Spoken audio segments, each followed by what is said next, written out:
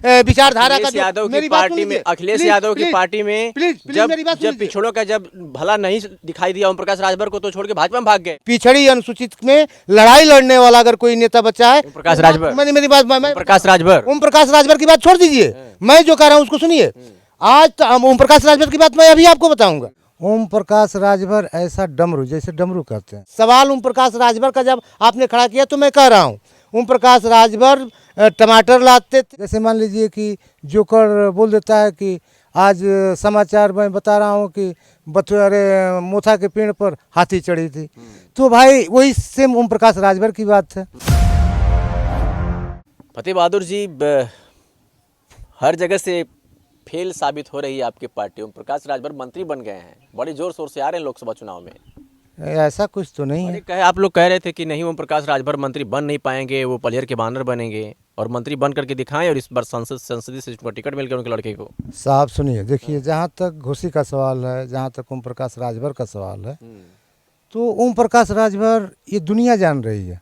आप भी पत्रकार हैं, आप तमाम चीज़ देख रहे हैं। ओम प्रकाश राजभर ऐसा डमरू, जैसे डमरू कहते हैं, जैसे जोकर कह लीजिए, तो जोकर की बात का तो कोई मतलब नहीं। जैसे मान लीजिए कि जोकर बोल देता है कि आज समाचार मैं बता रहा हूँ कि बथुआरे मोथा के पेड़ पर हाथी चढ़ी थी, तो भाई वही सेम ओम प्रकाश राजभर की बात है। ओम प्रकाश राजभर इसी के पहले, अभी जब तक कि समाजवादी पार्टी में थे, इसी के पहले, अभी जब ये कह रहे थे कि जोगी जी को मैं मठ पे भेज दूंगा, रेल का ठेका करने वाला गुजराती, देश को चलाने वाला गुजराती, यानी जितनी रोड बनाने वाला गुजराती, यानी तमाम, मैंने बीजेपी का एक भी कहीं कुछ एक और कसर नहीं छोड़ते थे। लेकिन आज वॉशिंग पाउडर हो गई, मतलब वॉशिंग पाउडर से ये साफ हो गए, बीजेपी में गए तो अब वही बीजेपी मान लीजिए कि उनके लिए बहुत अच्छी हो गई। रहा सवाल, देखिए, इंडिया गठबंधन, जो आपने अभी एक सवाल किया कि आप लोग बड़ी डींगे हाँक रहे थे कि ओम प्रकाश राजभर मंत्री नहीं बन पाएंगे, या चुनाव नहीं लड़ पाएंगे, या चुनाव नहीं जीत पाएंगे, तो देखिए, बीजेपी हर हालत में इस देश के लिए सबसे बड़ी खतरा पार्टी है। क्योंकि बीजेपी में जितने नेता हैं, चाहे आप शीर्ष नेताओं से ले लीजिए, चाहे वो मोदी जी हों, चाहे अमित शाह हों, चाहे राजनाथ सिंह हों, आपके भी नेता जा रहे हैं बीजेपी में। मेरी बात अभी, उसका भी जवाब मैं आपको दूंगा।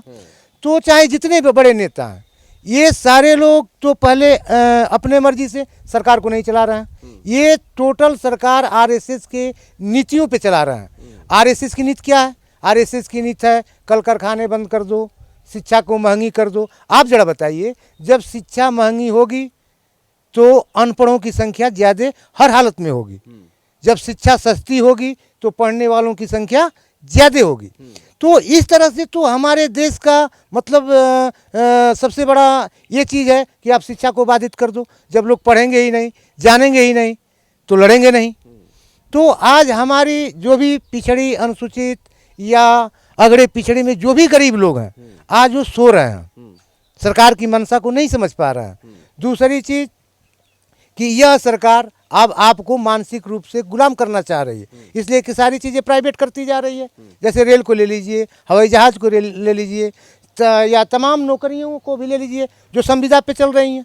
तमाम नौकरियां भी निकल रही हैं, संविदा पे चल रही हैं। अभी लड़के तमाम वो गाना गा रहे हैं कि उत्तर प्रदेश किसको कहते हैं, तो जिस प्रदेश में पहले उत्तर आंसर से, यानी परीक्षा से पहले उत्तर निकल जाए, उसी को उत्तर प्रदेश कहते हैं।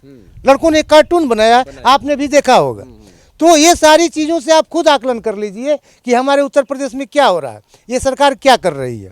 फिर भी जीत जा रही है हर जगह से। फिर भी जीतने का दो कारण है। देखिए, जीतने का दो कारण ये है कि यही उनको वोट कर रहे हैं कि नहीं कर रहे हैं। नहीं, हमारी बात हम उसको ही बता दे रहे हैं। जीतने के पीछे की वजह है, लोग वोट कर रहे हैं कि नहीं कर रहे हैं। वजह मैं आपको बता रहा हूँ। देखिए, पहला वजह तो यह है कि हमारे सदन में जितने पिछड़ी, अनुसूचित, यानी संख्या में पिछड़ी अनुसूचित के नेता आज भी सदन में सबसे ज्यादा हैं, चाहे वो प्रदेश का सदन हो, चाहे वो देश का सदन हो।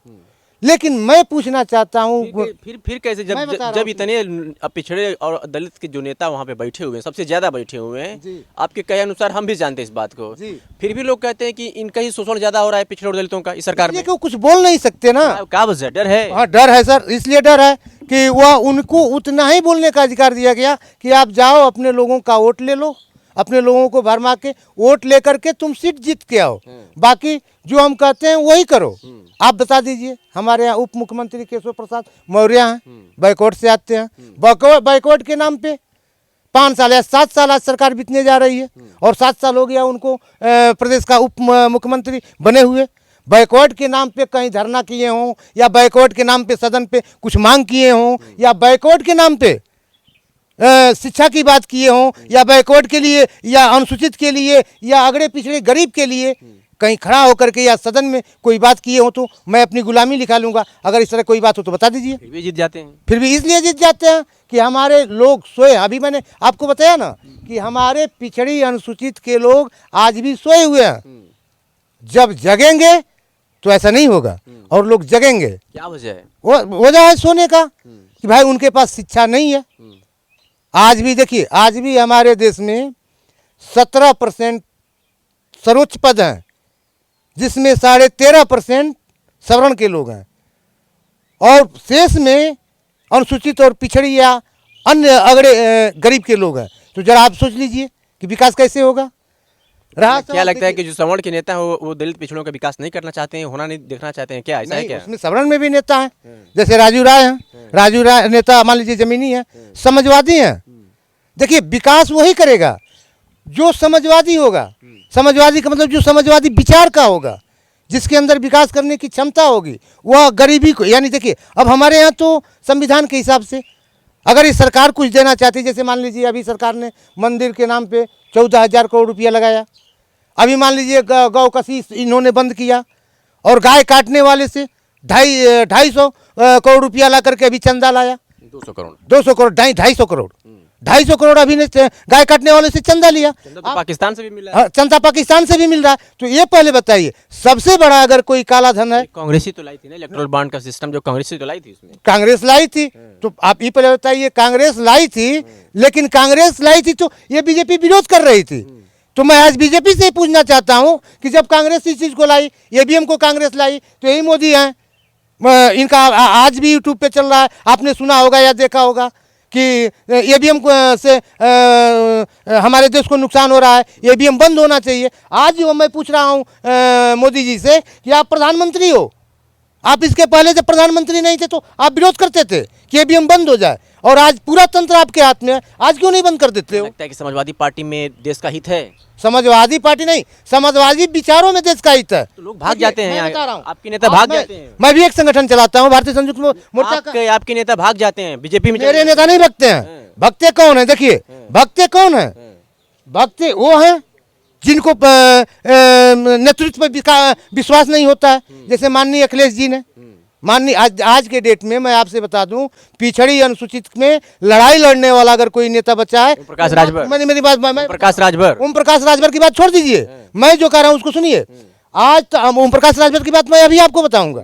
आज अगर पिछड़ी अनुसूचित का कोई लड़ाई लड़ने वाला नेता बचा है, तो वह एकलौता नेता बचा है, वह मात्र माननीय अखिलेश यादव बचे हैं। बाकी कोई समाजवादी पार्टी का चाहे, अरे समाजवादी विचारधारा का, यादव की पार्टी में, अखिलेश यादव की पार्टी में जब पिछड़ों का जब भला नहीं दिखाई दिया ओम प्रकाश राजभर को, तो छोड़ के भाजपा में भाग गए। उनको लगा कि भाजपा में यही विकास है। प्रकाश राजभर को क्यों भग के चले गए बीजेपी में? इसलिए भग के चले गए कि वह मंत्री नहीं बन पाए। अखिलेश जी के यहाँ संघर्ष करना पड़ता, अखिलेश जी के यहाँ लड़ाई लड़ना पड़ता, अखिलेश जी के यहाँ पिछड़ी और अनुसूचित की संघर्ष करके मंत्री बन गए भाई साहब। सर एक मिनट, हम उसको बता रहे हैं आपको। पिछड़ी अनुसूचित का बात करना पड़ता, इसलिए उन्होंने वहाँ से देखा कि मैं यहाँ रह के अब सक्सेस नहीं हो पाऊंगा। अब ओम प्रकाश की मैं आपको बात बता रहा हूँ, ओम प्रकाश क्या है उसको जान लीजिए। ओम प्रकाश बनारस टमाटर बेचते थे स्कूटर पे लाद के।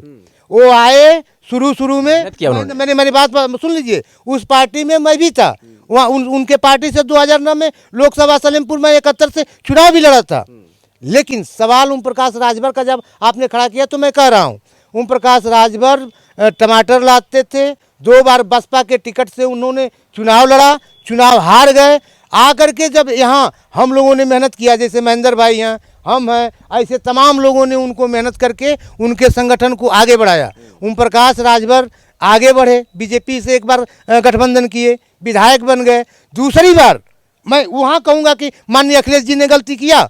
दूसरी बार इनको जो अपने संगठन में अपने साथ, जब इन्होंने अपने संगठन के साथ मिल करके चुनाव लड़ा, तो सबसे बड़ी गलती अखिलेश जी यादव जी ने उस समय किया था। इनको संगठन में, अरे इनको गठबंधन में नहीं लेना चाहिए था अपने संगठन के साथ।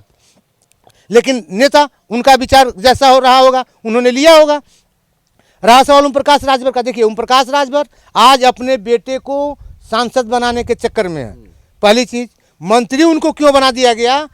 काठ का उल्लू, यानी काठ का उल्लू बीजेपी। क्यों लगता है? मेरी बात सुन लीजिए, बीजेपी में, अब उसका उदाहरण भी मैं आपको दे रहा हूँ। काठ का उल्लू इनको बनाया गया, मंत्री बनाया गया। दूसरे दिन इन्होंने मन से ऐलान किया कि पीला गमछा लगा लो और थाने में चले जाओ, और थाने में जा कर के तुमको नजीर दरोगा तुमको जब देखेगा तो वह दरोगे के अरे दरोगा तुम्हारे चेहरे पर मैं तुम्हारे दरोगा देखेगा। संविधान के तहत, कानून के तहत दरोगा पढ़ लिख करके वह कुर्सी पे बैठा है। तुम्हारे जैसे फटीचरी करके और टीचर है ओम प्रकाश राजभर, टीचर है। तुम्हारे जैसे फटीचरी करके और टमाटर लाद के नेता नहीं बना है।